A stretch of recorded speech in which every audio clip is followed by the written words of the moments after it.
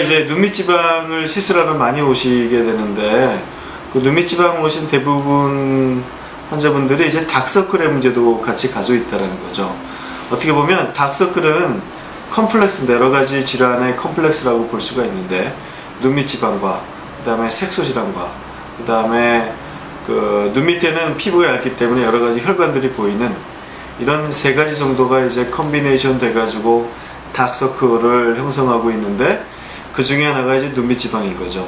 눈밑지방을 치료하게 되면 다크서클이 조금 더 좋아지게 됩니다. 그래서 어떻게 보면 눈밑지방은 심한 다크서클을 치료하는 한 부분의 치료라고 할 수가 있습니다.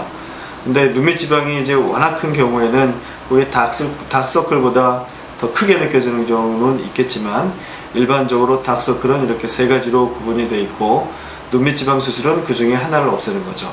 그렇다면 나머지 두 가지, 색소의 침착과 그 다음에 혈관이 보이는 것들을 어떻게 치료할 것이냐.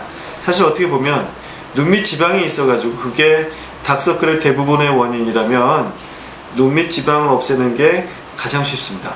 눈밑지방을 없애게 되면 아주 드라마틱하게 다크서클이 없어지게 되는데, 색소와 혈관은 상당히 치료가 어렵죠. 굉장히 오랫동안 치료해야 된다는 거죠. 요즘 뭐 좋은 레이저들이 나와 있지만 그 색소라든가 혈관은 너무 굵은 건 또 없앨 수가 없고, 그 다음에 색소 역시 너무 진피 깊이 있는 데 있다면 기미와 마찬가지로 다 없앨 수가 없기 때문에 이 두 가지는 좀 컨트롤이 완전히 되는 건 아니죠. 그래서 눈밑지방을 일단 치료해가지고 다크서클이 좋아질 수 있으면 가장 좋은 컨디션이고, 없앴는데도 이 두 가지가 남아있다면 레이저를 좀 꾸준히 해야 되죠.